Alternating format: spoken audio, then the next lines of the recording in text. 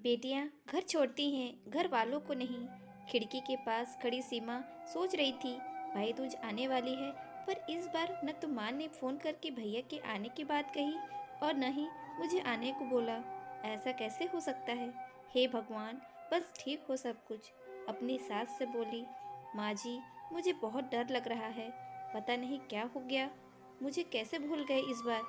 सास ने इजाज़त देते हुए कहा, कोई बात नहीं बेटा, तुम एक बार खुद जाकर देख आओ। सास की आगे मिलने भर की देरी थी कि सीमा अपने पति साथ मायके आ पहुंची, परंतु इस बार घर के अंदर कदम रखते ही उसे सब कुछ बदला सा महसूस हुआ। पहले जहां उसे देखते ही माँ पिताजी के चेहरे खुशी से खिल उठते थे, इस बार उन पर परेशानी की झलक साफ दिखाई दे रही थी। पहले भाभी उसे देखते ही दौड़ी चली आती और प्यार से गले लगा लेती थी, पर इस बार दूर से ही एक हल्की सी मुस्कान दे डाली। भैया भी ज्यादा खुश नहीं दिखे। सीमा ने जैसे तैसे एक रात बिताई, परंतु अगले दिन जैसे ही उसके पति उसे मायके छोड़ वापस गए, उसने अपनी माँ से बात की।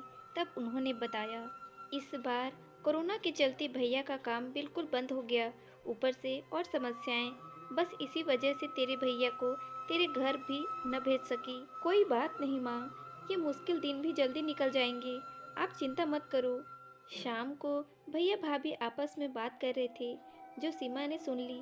भैया बोल रहे थे, पहले ही घर चलाना इतना मुश्किल हो रहा था, ऊपर से बेटे की कॉलेज की फीस, परसों भाई दूज है, सीमा को भी कुछ देना पड़ेगा। भाभी बोली, कोई बात नहीं, आप चिंता न करें, ये मेरी चूड़ियाँ बहुत पुरानी हो गई है, इन्हें बेचकर जो पैसे आएंगे उससे सीमा दीदी को त्योहार भी दे देंगे और कॉलेज की फीस भी भर देंगे। सीमा को यह सब सुनकर बहुत बुरा लगा। भैया भाभी ये क्या बातें कर रहे हैं? क्या मैं यहाँ उनको तंग करके कुछ लेने के लिए ही आती हूँ? वह अपने कमरे में आ गई। तभी उसे याद आया कि शादी से कुछ समय पहले जब वह नौकरी करती थी, तो उसने बड़े शौक से अपनी पहली तनख्वाह लाकर पापा को दी थी। तब पापा ने कहा था, ये पैसे अपने पास ही रख ले बेटा, मुश्किल वक्त में काम आएंगे। इसके बाद वह हर महीने अपनी सारी तनख्वाह बैंक में जमा करवाती रही। शादी के बाद जब भी मायके आई तो माँ ने उसे पैसे निकलवाने को कहा, पर सीमा हर बार कह देती कि अभी मुझे ज़रूरत नहीं।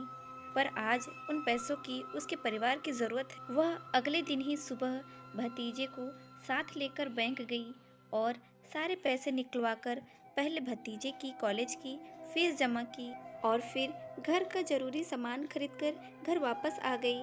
अगले दिन जब भैया का टीका किया तो भैया ने भरी आंखों से उसके हाथ 100 का नोट रखा। सीमा मना करने लगी तो भैया बोली, ये तो शगुन है पगली, मना मत करना।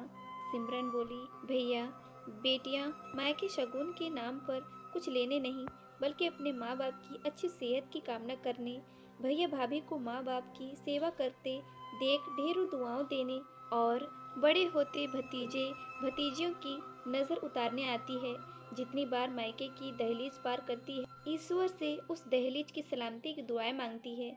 जब मुझे देख माँ पापा के चेहरे पर रौनक आ जाती है, भाभी दौड़कर गले लगाती है, आप लाड लड़ाते हो, मुझे मेरा शगुन मिल जाता है। अगले दिन सीमा ने मायके से विदा लेकर ससुराल जाने के लिए जैसे ही दहलीज के पार कदम रखा कि भैया का फोन बज उठा। उन्हें अपने व्यापार के लिए बहुत बड़ा ऑर्डर मिला था।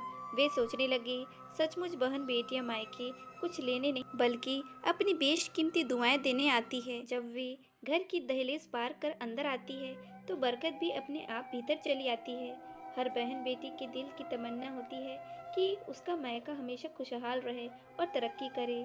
मायके की खुशहाली देख उसके अंदर एक अलग ही ताकत भर जाती है, जिससे उसके अपने जीवन में पेश आने वाली मुश्किलों को वो डटकर सामना कर पाती है। भैया की आंखों से खुशी के आंसू बहने लगे। तो दोस्तों, इस इमोशनल भरी कहानी से आपको क्या सीख मिली हमें कमेंट बॉक्स पर ज़रूर बताएं। स्टोरी अच्छी लगी तो प्लीज़ वीडियो को लाइक शेयर कमेंट करें। Thank you.